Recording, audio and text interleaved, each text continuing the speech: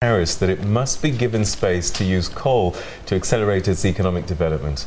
Pretoria, China, Brazil and India are being criticised for being air polluters, yet they allegedly don't want to pay for their share of the responsibility.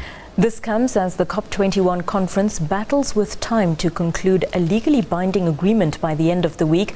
The final draft has been released, but it's still being looked at by ministers to see if it's worth being the basis for a climate deal. The struggle to finalize the agreement is the pressure by the Western bloc of rich countries on South Africa, China, Brazil and India. They want them to pay for their liability of gas emissions and also significantly reduce their reliance on coal and oil.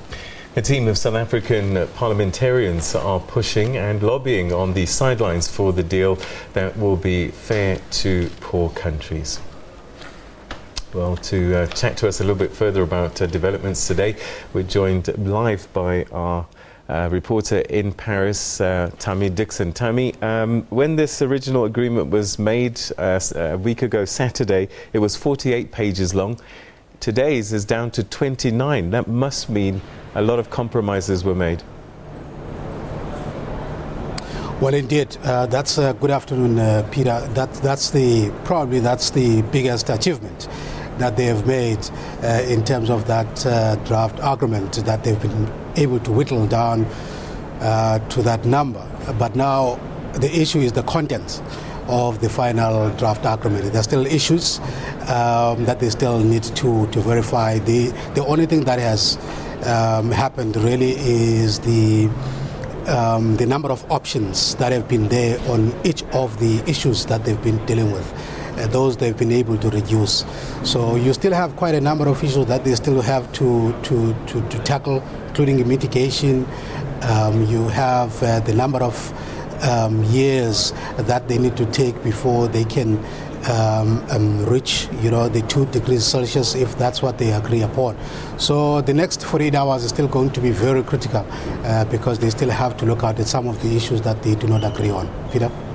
All right, when one looks at some of the headlines, they're saying that perhaps there might even be fireworks in the next couple of days. Fossil fuels, a big issue, and this temperature story of 1.5 degrees or 2 degrees seems to be at the forefront as well.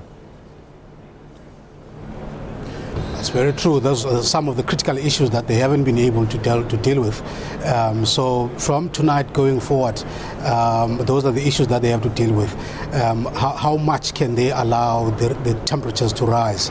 Some, they say they can push them up to 2 degrees Celsius. The other countries, they say, no, that's too much for us. Let's hold them at 1.5 degrees. Some, they even want them lesser than that. So it's an area of that they still need to look at. Also the legality of the agreement itself. Is it going to be legally binding? Some countries, they want it to be voluntary. That's another issue. Also the issue about developing countries. Is South Africa, India, Brazil and China developing countries, or why should they not pay as much as the rich countries do pay? That's another debate. So there's quite a lot of issues that they still need to tackle before they can actually reach an agreement. Peter? Tammy, that's where we're going to have to leave it. That's Tammy Dixon reporting live from Le Bourget, which is where the Paris Climate Summit is taking place, and they're counting down to Friday, where a legally binding agreement is supposed to come into play. But people are now crossing their fingers to make sure that a deal is done. We'll have more details on that throughout the course of this evening. We're going to take a quick break.